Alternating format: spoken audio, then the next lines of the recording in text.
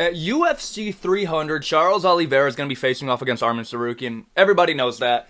We were debating on the placement of this fight. You had the whole Bo Nickel fiasco. Bo Nickel was above Charles. Bo Nickel was going on his TikTok or his podcast or whatever the hell he's on, basically coping about it, saying, well, the opening fight of the main card is actually a better spot. Okay, then you take it. The UFC ended up just moving him anyways. But Charles Oliveira is fighting Arman Tsarukyan. And let's just say this. If Charles Oliveira beats Arman Tsarukyan, the UFC lightweight division is no longer going to be the best division in the UFC. Let me explain.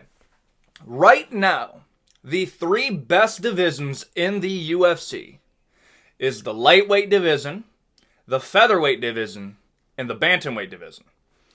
Like in that middle area, not flyweight. Flyweight's not in the running, one of the weaker divisions. Light heavyweight's very meh ever since John Jones left. Heavyweight is heavyweight. Welterweight's pretty good and middleweight's pretty good. They're the mid divisions. But the trinity of the best divisions in the UFC is lightweight, featherweight, and bantamweight. That lightweight, okay, lightweight's been tough ever since Conor brought eyes to the division. Understand that is what makes a division, gives it a rebrand. Conor McGregor going to the lightweight division is what changed the trajectory of that division. Before Conor got to lightweight, don't get me wrong, there were good fighters. I'm not saying there weren't good fighters at lightweight. But the influx of talent that lightweight got when Conor proved that you can be marketable while weighing 55 pounds. I know that sounds dumb, but the fact is I remember that those days of MMA when people would go in the comment sections and be like, yeah, I know they're pretty cool, but they're also 155 pound guys.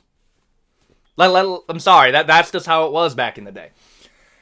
And that's what Conor McGregor, proving you can make money here, being one of the biggest stars in that division, Khabib Nurmagomedov, that storyline, Dustin Poirier and Justin Gaethje, the influx of that talent, plus all these up-and-comers, Rafael Fiziev, Arman Tsarukyan, Benoit Saint-Denis, all of these guys that are coming up in that division, they came into a division because Conor highlighted it.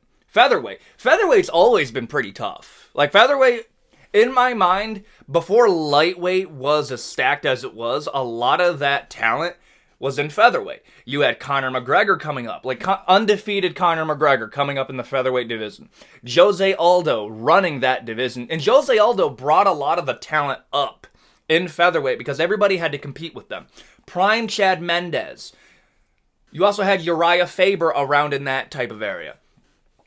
And then you had Alexander Volkanovski, another dominant champion. Max Holloway coming into his prime. Dustin Poirier even, before he went up to lightweight. That division was being stacked.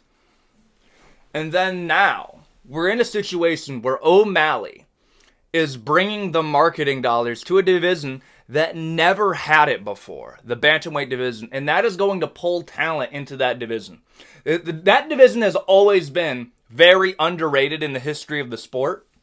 But now that we have O'Malley putting a spotlight on it because people want to watch O'Malley, the UFC wants to push O'Malley as much as they can. They want to make him the new pay-per-view star. Whether you believe he's a star or not, that's up to you.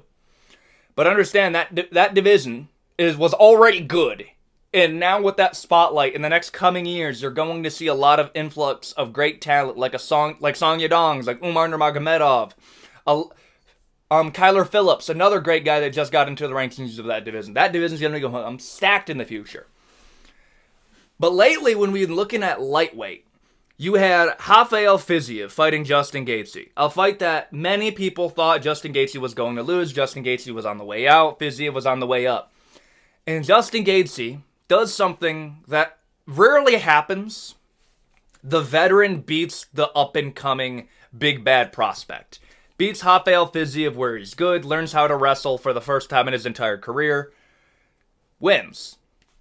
And then, after that, very recently, you had Dustin Poirier versus Benoit Saint-Denis.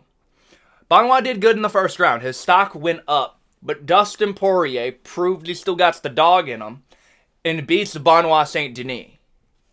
Okay.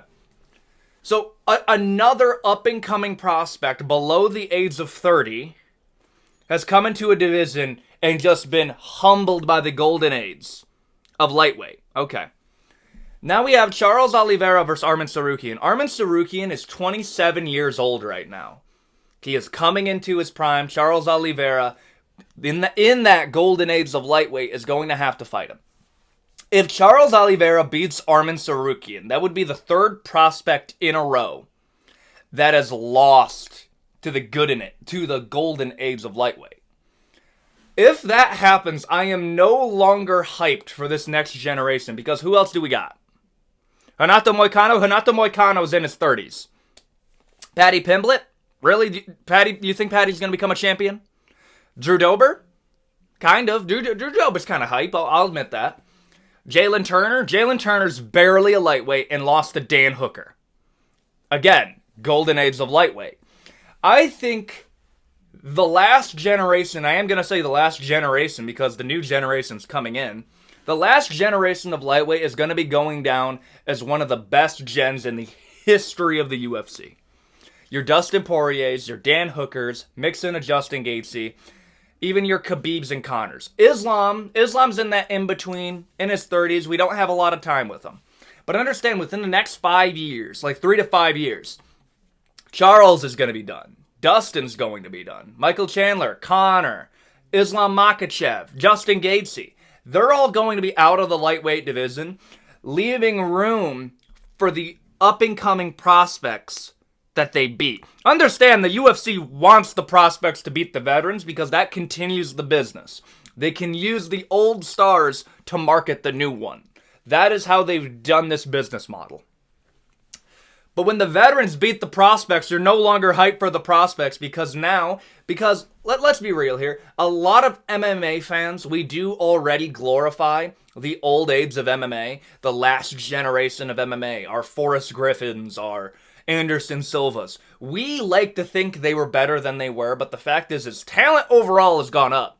So when you have the veterans beating the prospects, yeah, no, you're not as hype as you used to be. I'm not saying lightweight is going to become bad. It's always going to be better than heavyweight. But bantamweight is going to become that new division that people are going to watch. Why not featherweight? Well, Volkanovski already beat a lot of the people that are in that top 5. Max Holloway's not going to be there much. Volkanovski's on the way out. Brian Ortega's not winning the title. Yair Rodriguez, maybe. But Ilya Topuria is younger than all of them. And who else do we got? Movsar Evloev?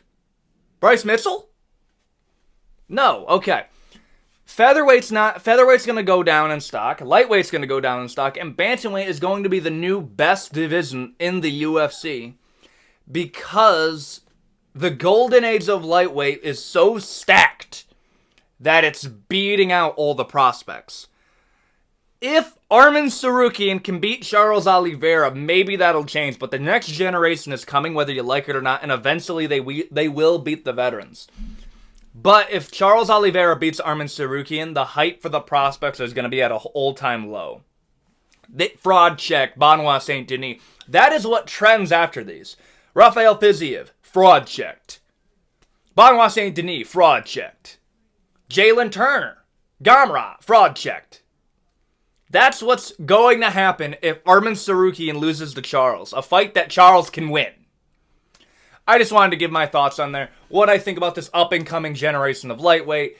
Honestly, I do believe lightweight is not going to be the epitome of MMA anymore. I do believe it's going to be bantamweight and maybe featherweight. I don't know. But I'm very confident lightweight is not going to be the epitome of combat sports anymore. As much as we know it. But anyway, that's just my little yap session on that. I got a few other videos I gotta make. Tell me what you think about this type of content, stuff I could work on, editing stuff I can work on. Leave your suggestions in the comment section down below. And with that out of the way, adios, guys.